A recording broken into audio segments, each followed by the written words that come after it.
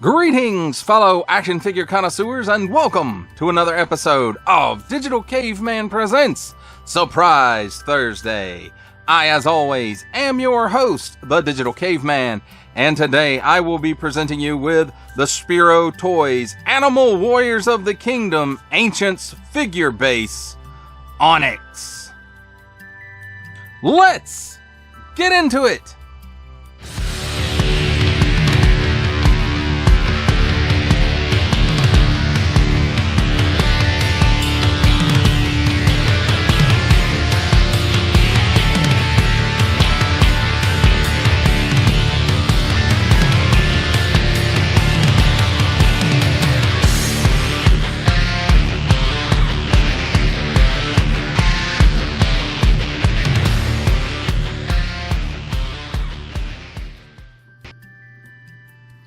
Let's begin with a look at the packaging.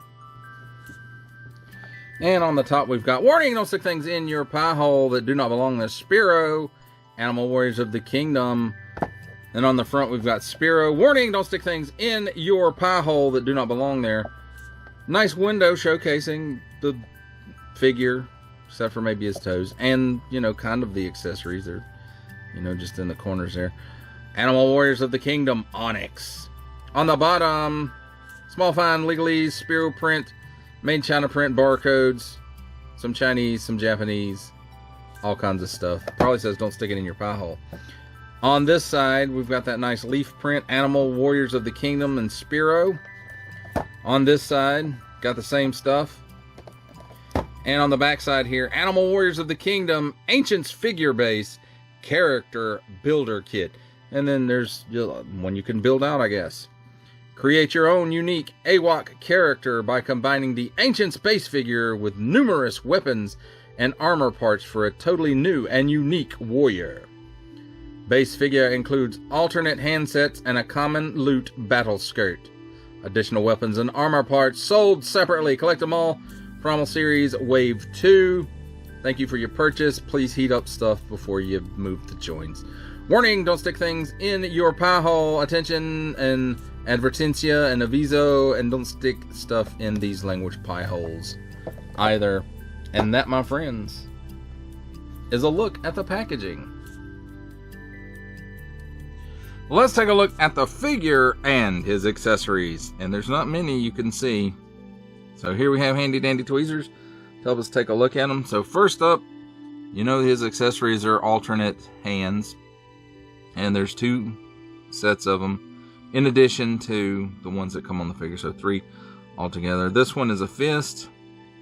It's got some nice fur detail in there. It's on an in and out hinge, and it's a fist. And I have to say, for the most part, it's nicely detailed. It does have like a double ring for when you pin it in, so you'll hear pop pop when you get it in there all the way, or just pop if you just want it in, you know, that far to give it a little bit more range of motion. So I think that's kind of cool, and that's something that I think Action Force also does. And again, here's another one. It's just the same, only the opposite side. Next up, we kind of have the grabby, clawy hands. And again, nice molded details on an in and out hinge again as well. And the way that they're sculpted, you know, these can be used for cat people, monkey people, you know, whatever. Any now I can't say the word. Anthropomorphic people, animal things. So there's that. Here's the other one again. It's exactly the same, only it's the opposite side.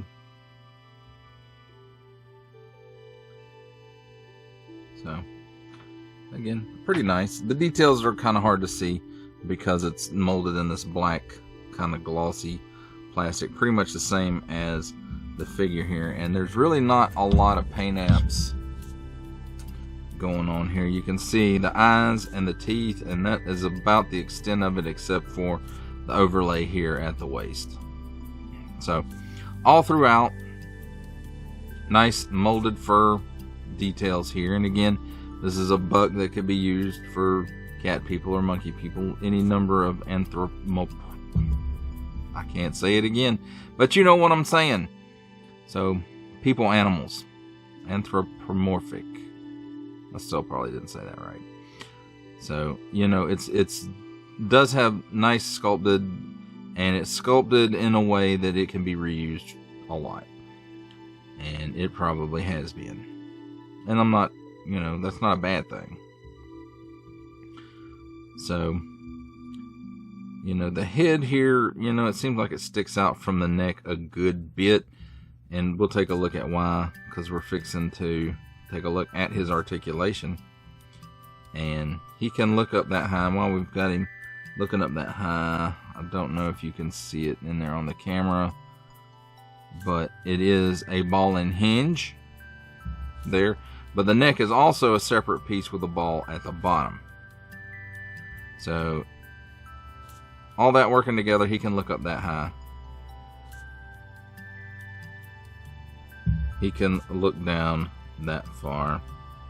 He's got chicken neck. He's got waggle. He can do the full exorcist. At the shoulder, he's got butterfly joint, goes back that far, forward that far. 360 degrees worth of rotation, and you can feel the detents in there, but you can't hear him. And again, in the shoulder, you could hear him a little bit raising his arm up. I could hear him a little bit, but there are some detents in there. You can feel them. So he can raise his arm up that high. He does have a cut here at the upper bicep for another 360 degrees of rotation. Double hinge pinned elbow, which I was a little surprised that it had that. So it gives you that much bend. 360 degrees of rotation at the wrist, and these are like grip hands, and they're on in and out hinge and in and out hinge.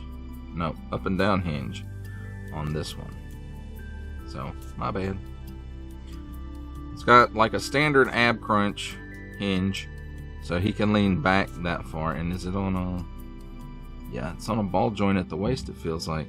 So he can lean back that far.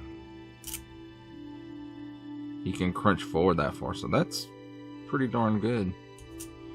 And then he can lean left and right, and he's got hula, and he can rotate 360 degrees at that waist joint. There's no pull down hinge in the hips. The overlay, I'm getting some resistance from it, but it doesn't seem to be hindering the range of movement any. It seems like that's about as far as the splits that he goes. Not quite the full splits. And then he can kick forward maybe about, well, not quite 90 degrees. And then back almost a full length of his foot. There is a cut at the thigh for a 360 degree rotation. Double hinged pin knee. Again, a little bit of a surprise to me that it had that. And it can give you that much bend. And then at the ankle, tilts down that far, so that's really good. And up that far, that's really good as well. And then forward facing pin for rocker. And all I have to say, as a base body goes, this base body is pretty cool. And that, my friends, is a look at the figure and the accessories.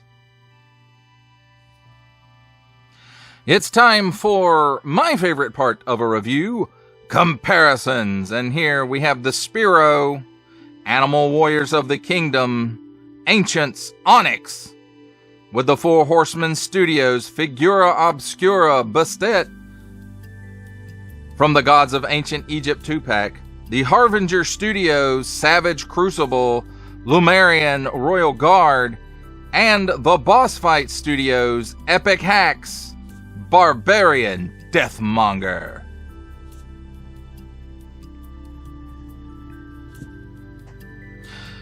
For our last set of comparisons, here we have the Spiro Animal Warriors of the Kingdom base body Ancients Onyx, with from the Marvel Legends series making his cameo appearance, Stan the Man Lee from G.I. Joe Classified series, the Hasbro Pulse exclusive Regal variant Cobra Commander, from Star Wars The Black series, the Archive Edition 501st Legion Clone Trooper, and for a 7-inch scale comparison from the Masters of the Universe Masterverse line, the 40th Anniversary He-Man.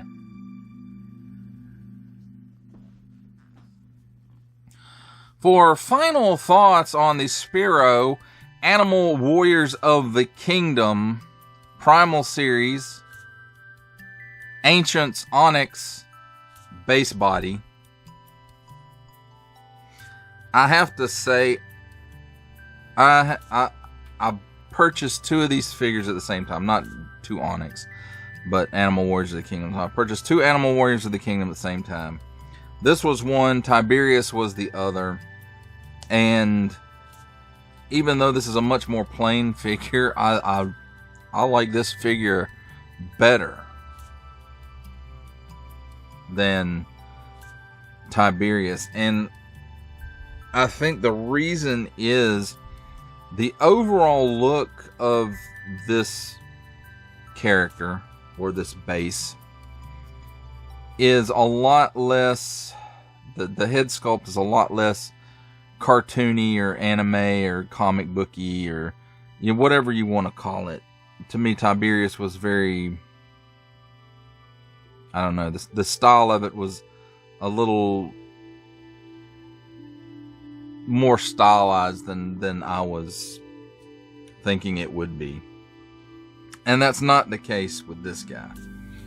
And I do wish that these bases at least came with one weapon, whether it's a small weapon or whatever, but it comes with 4 alternate hands in addition to the ones on the figure. And it needed one more thing with it, I think, to kind of complete it. But that's just me. Their thinking may have been something completely different, such as he doesn't need to come with a weapon because these are supposed to be, super customized when you get done with them. And that could be the case. But, not a lot of paint going on here, and that's okay. But what little bit of paint there is really, really works. And with this figure being cast in all black plastic, except for the overlay there at the waist and crotch area, some of the details you might not be able to see as well as some of the other more painted figures of this line. And so there is that. And this is a base, it can be used for multiple, it's designed to be used for multiple races in this universe. So it could be a cat guy, it could be an ape guy, it could be a dog guy. There is that. So there is the ability to use it for more than one thing within AWOC. And so now there were some things that kind of surprised me about this figure, and one of them was that he had pinned knees and elbows. I really wasn't expecting that. And even though they're hidden well, it's not like they're invisible. But, they did a better job at disguising the pins, or trying to hide the pins, than, say, Hasbro does with some of their Marvel Legends. Where you might have, it's the pin's one color on one side and it's a different color on the other side, and it really stands out. So they're but they did a much better job in, I guess, when they're designing the colors. Maybe that's when they decide how to hide those pins. But I'm looking forward to, maybe this line will later on be a pinless line. Because it's classified series, G.I. Joe Classified started out pinned and they moved into pinless, and Marvel Legends seems like they're moving slowly but surely into pinless. And it just seems like that's the way to go with figures. So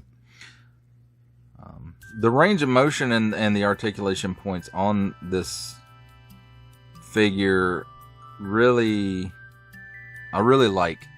You know, I like the fact that it has butterflies. I like the fact that it has a ball hinge, or not hinge, but a ball hinge. There, I said it again. It does have a ball hinge at the neck, and I do like that, even though the neck is a separate piece as well, which I also like. But the dumbbell at the waist, and even though they didn't put one in the torso, I think that's okay. You know, ab hinges are pretty much the standard at this point. That could be changing, but I feel like it's really the standard. And I feel that, you know, moving forward, you know, new figures should have that dumbbell or half dumbbell, ball joint, whatever you want to call it, there at the waist, because I think it really helps out with the range of motion. And again, like I said, the only thing that I would say is a negative about this guy is maybe the lack of one more accessory being a weapon. But again, that may be not what Spiro was aiming for with these bases.